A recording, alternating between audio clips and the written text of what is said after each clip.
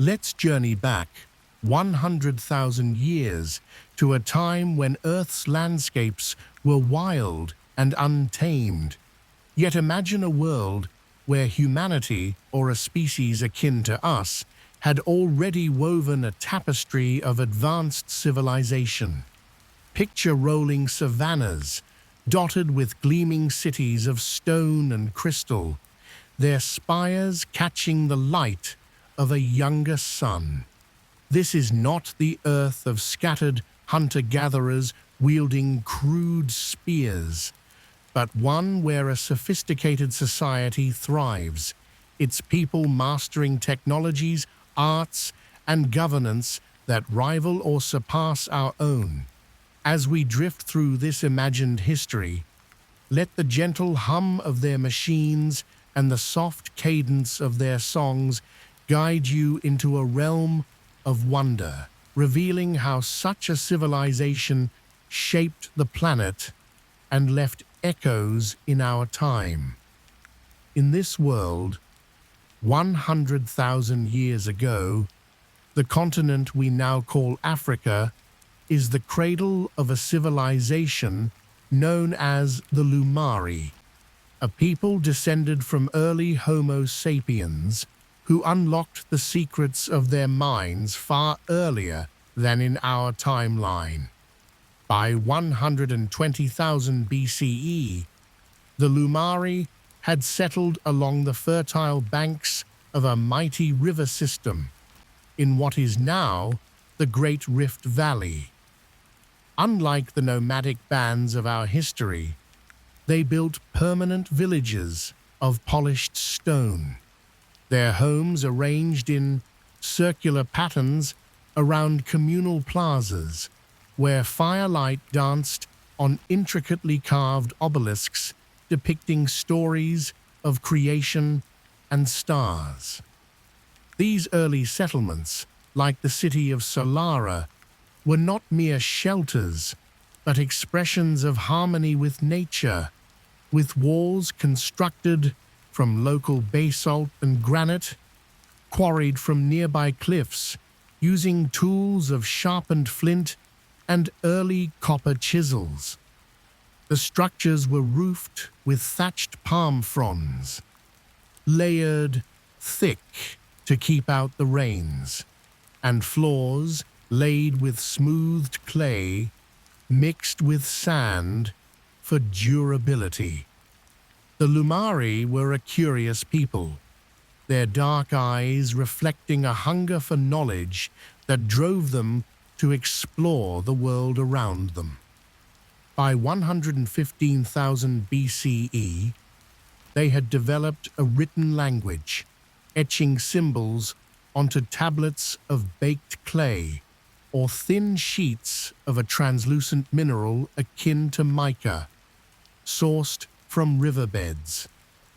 These scripts recorded not only practical matters like trade inventories, counts of grain sacks or livestock, but also profound stories of their gods, deities of the sun that rose each dawn to paint the sky, the river that nourished their fields with annual floods, and the stars that guided their nights with twinkling patterns.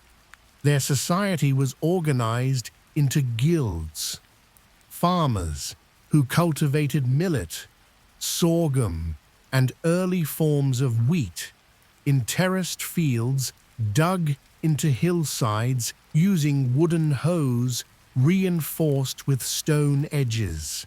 Artisans who crafted tools from obsidian, volcanic glass chipped into blades sharper than modern steel, and jewelry from shells and bones.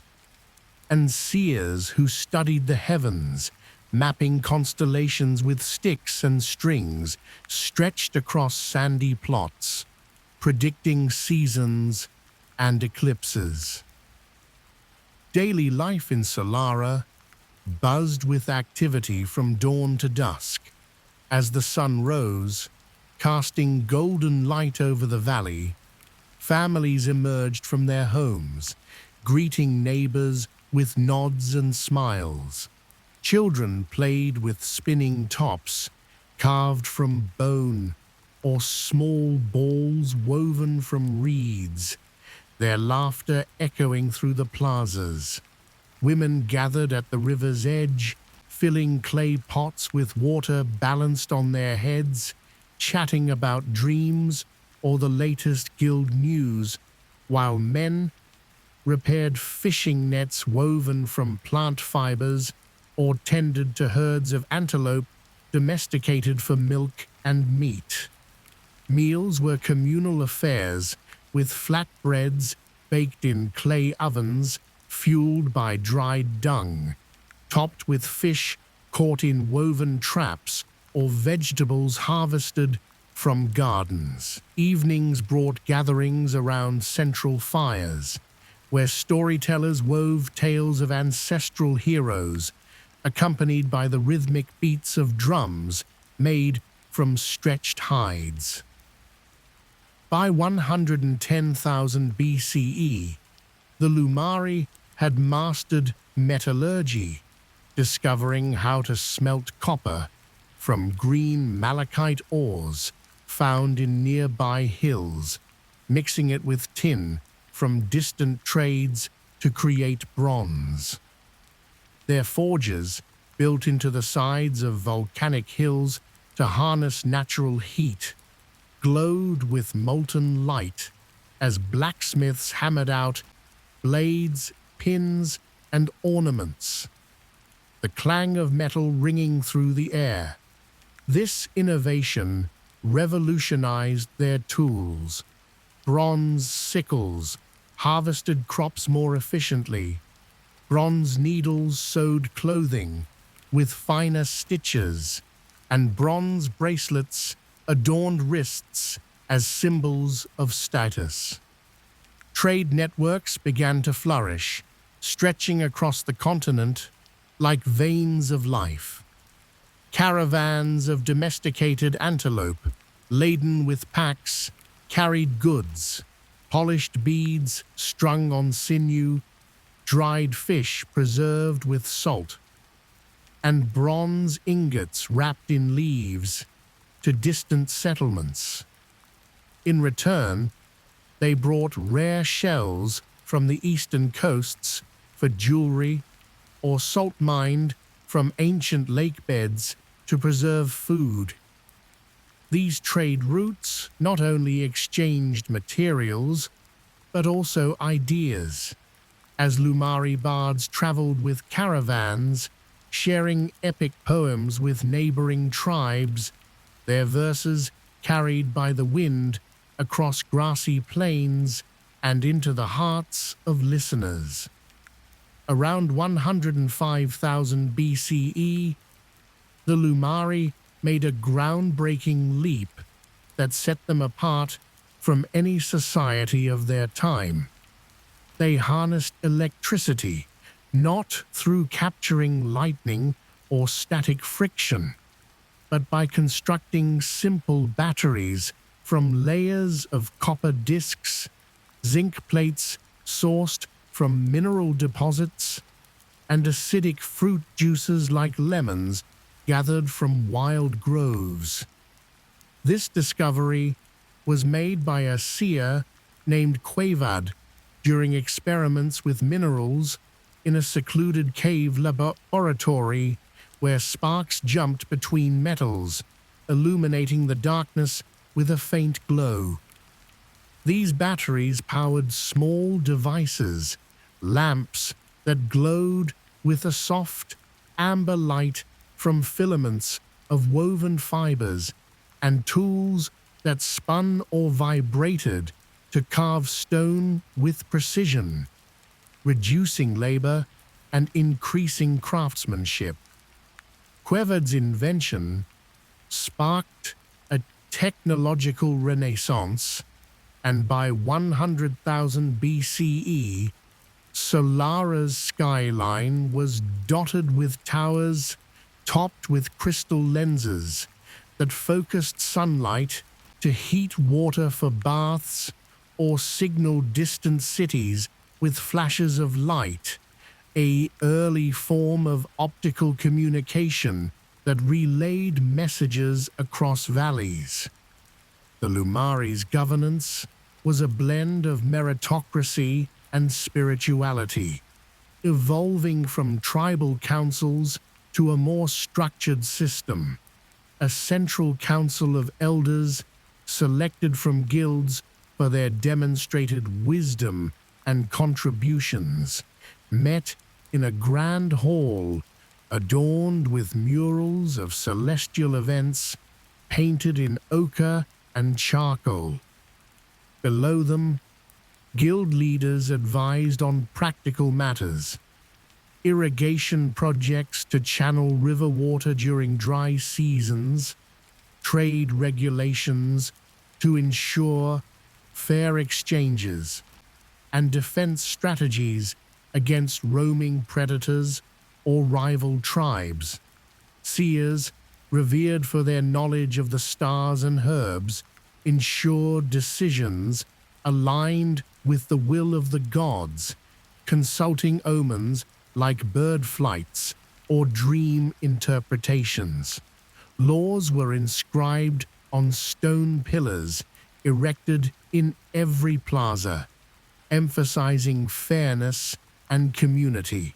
Theft was punished by communal labor to repair what was taken, while disputes over land or water were settled through mediated councils where both parties wove a shared story, blending facts with empathy to find truth. Women held equal sway in this system, with many serving as seers or guild leaders, their voices shaping policies on education, where children learn to read symbols and craft tools, or on resource distribution to support widows and orphans. By 95,000 BCE, the Lumari had expanded beyond their African cradle, establishing colonies along the coasts of what we now call the Middle East and Southern Asia, driven by a spirit of exploration and the need for new resources.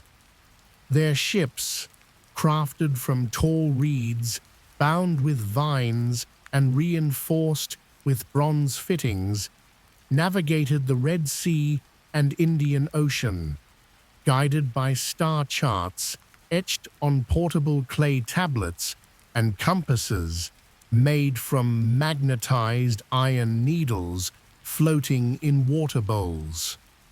These colonies, like the port city of Veiluna in modern Yemen, became hubs of cultural fusion, blending Lumari traditions with local practices.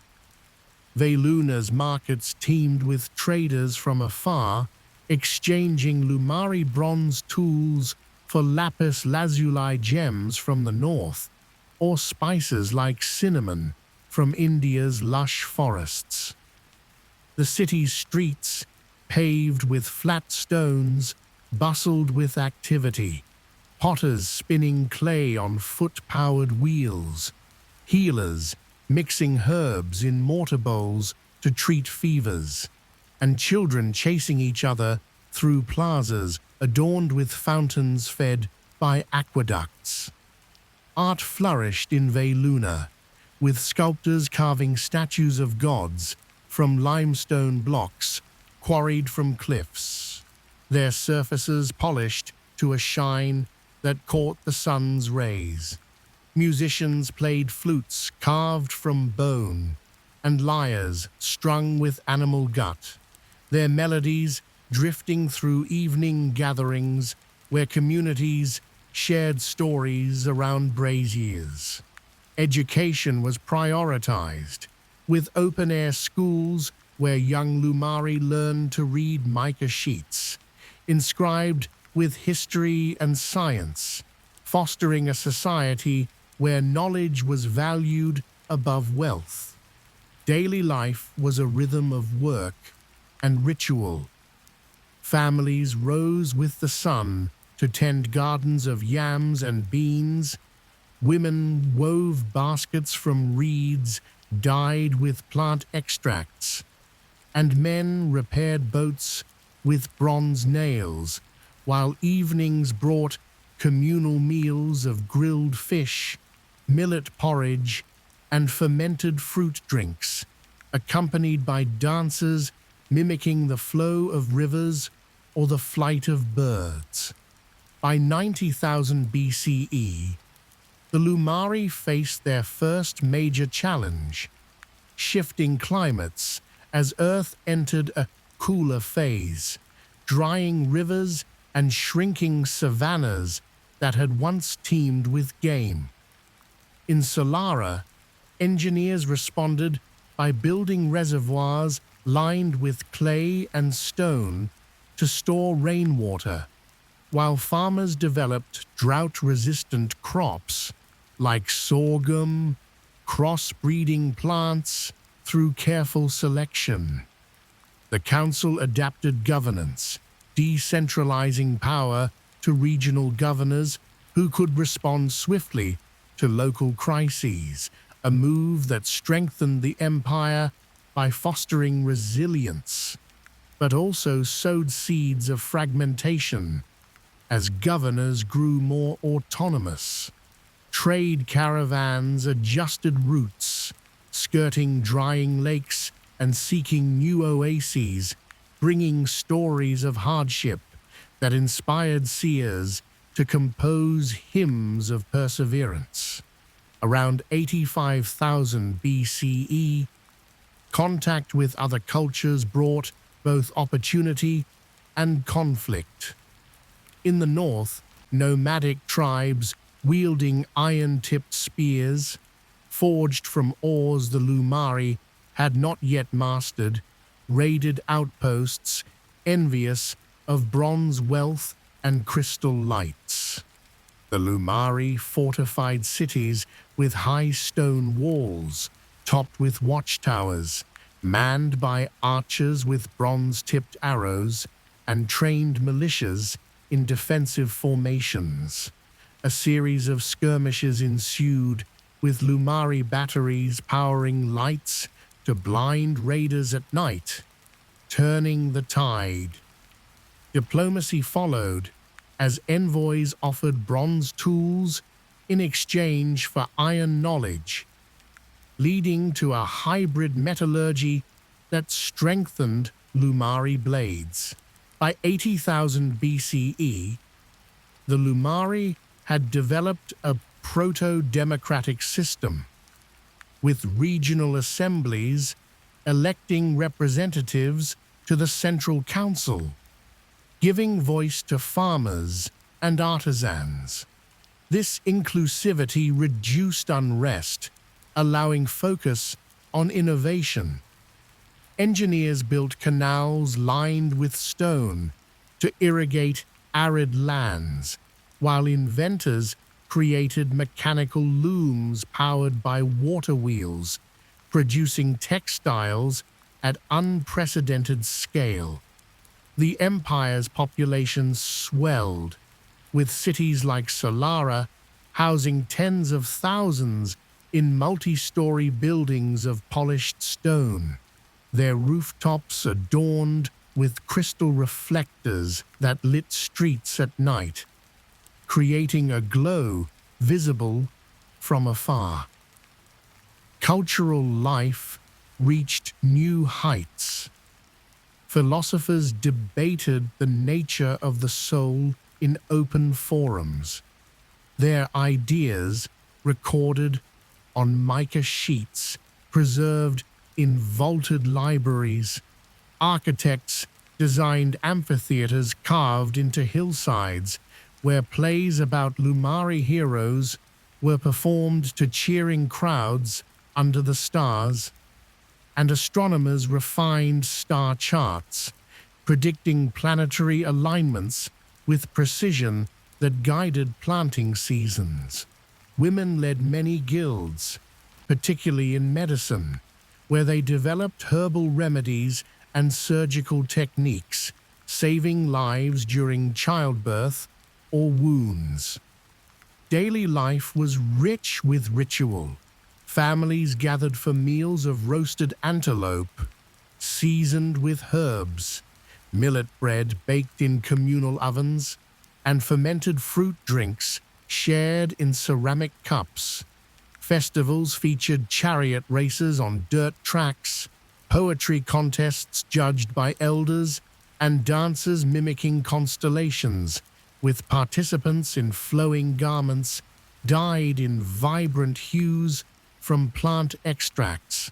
By 75,000 BCE, trade networks expanded to Europe and East Asia, with ships now equipped with sails woven from plant fibers and rudders for better steering, carrying bronze tools, crystal beads, and dried herbs to distant shores. In return, they brought amber from northern forests for jewelry, jade from Asian mountains for carvings, and rare woods for furniture. These exchanges fostered diplomacy, as Lumari ambassadors, clad in robes embroidered with star motifs, negotiated peace with neighboring tribes, offering gifts of bronze mirrors that reflected the heavens and musical instruments that played harmonious tunes. However, cultural exchange also brought challenges.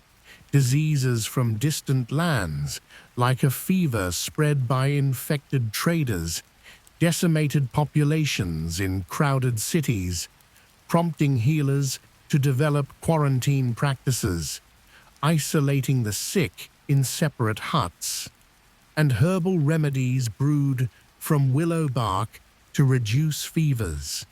The council responded with public health edicts, mandating clean water sources and waste disposal, innovations that saved countless lives.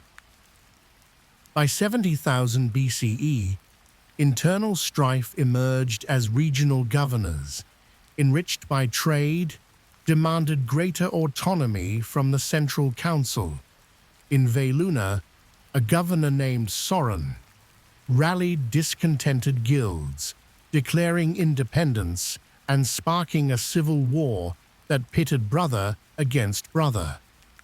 The council in Solara dispatched armies equipped with bronze spears and shields, using steam-powered catapults to hurl stones at rebel fortifications.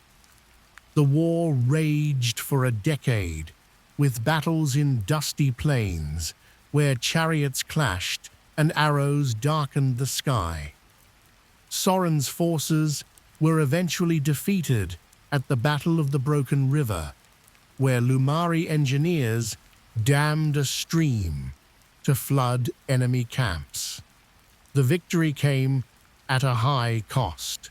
Thousands dead, fields scorched, but led to reforms granting governors limited self-rule under council oversight, a compromise that preserved unity but sowed seeds of future division. Around 65,000 BCE, a new threat emerged, a massive volcanic eruption in what is now Indonesia blanketed the skies with ash, cooling the planet and disrupting agriculture for years. Crops failed in the dim light, herds starved on barren grasslands, and famine gripped the empire. The Lumari adapted ingeniously, building greenhouses of translucent mica sheets supported by wooden frames to trap heat and grow crops year-round, and developing windmills with bronze blades to grind grain even in low winds. Seers interpreted the eruption as a warning from the gods, leading to a spiritual revival with mass pilgrimages to the Temple of the Stars, where offerings of bronze and grain were placed at altars under the ash-veiled sky. Daily life shifted. Families rationed food, sharing soups of roots and dried meat, while healers distributed tonics to bolster strength. By 60,000 BCE, the Lumari Empire reached its cultural and technological peak, with cities connected by a network of roads paved with flat stones and flanked by milestones etched with directions. Their astronomers proposed a heliocentric model, arguing the sun was the center of the heavens, centuries ahead of our timeline's Copernicus, while engineers built bridges of interlocking stone, some spanning rivers as wide as the Nile, with arches that distributed weight evenly. Art reflected this sophistication. Murals on city walls depicted cosmic journeys, with figures in flowing robes reaching for stars, and musicians composed symphonies for orchestras of flutes, drums, and lyres performed in amphitheaters with tiered seating carved into hillsides. However, prosperity brought complacency, and by 55,000 BCE, corruption crept into the guilds, with leaders hoarding resources and stifling innovation by keeping techniques secret. Rural communities, neglected in favor of cities, faced hardships, with farmers demanding fairer distribution of water and grain. A charismatic leader, Vara, united these farmers, forming militias armed with bronze sickles and spears, and sparking rebellions that seized several outposts. The council responded with force, deploying steam-powered siege engines, but also negotiated reforms, redistributing land and granting rural assemblies more voice in governance. The rebellion subsided, but it exposed vulnerabilities in the empire's vast structure as regional loyalties grew stronger. By 50,000 BCE, the Lumari faced a new rival, the Thalassic League, a maritime confederation in the Mediterranean, skilled in shipbuilding and navigation, their vessels with iron-reinforced hulls challenging Lumari fleets. Naval battles off the coast of modern Greece saw Lumari ships equipped with bronze rams clashing with Thalassic galleys, waves churning with debris. The wars drained resources, with ports like Veluna blockaded, starving cities of trade goods. A peace treaty in 48,000 BCE established trade agreements, with the Thalassic League supplying iron and the Lumari providing bronze and telescopes, fostering a period of uneasy peace and cultural exchange. Greek-like statues appeared in Lumari cities, blending styles, while Thalassic sailors brought tales of distant islands, inspiring Lumari explorers. Around 45,000 BCE, environmental pressures returned as glaciers advanced during an ice age, shrinking farmland and forcing migrations. The Lumari built elevated cities on stilts in flood-prone areas, with stone foundations to withstand rising waters, and developed new crops like cold-resistant tubers. Daily life adapted. Families wore heavier garments of wool layered with fur. Homes were insulated with mud bricks packed with straw, and communal fires burned brighter to ward off the chill, with stories told to pass long nights. By 40,000 BCE, internal divisions deepened, with regional governors forming semi-independent states, their assemblies ignoring central edicts. The guild system fractured as artisans hoarded knowledge, slowing progress.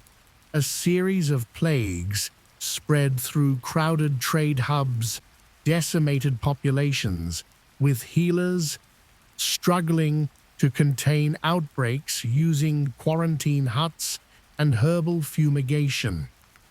The council attempted reforms, standardizing trade laws and redistributing resources from wealthy cities to rural areas, but resistance from powerful guilds stalled efforts, leading to widespread discontent. Around 35,000 BCE, a catastrophic flood, possibly triggered by melting glaciers or a burst dam, inundated coastal colonies like Veluna, submerging markets, temples, and homes under surging waters. Survivors fled inland, carrying what they could: mica tablets, bronze tools, and sacred relics, while engineers rebuilt with elevated platforms and reinforced dikes. The disaster spurred innovation.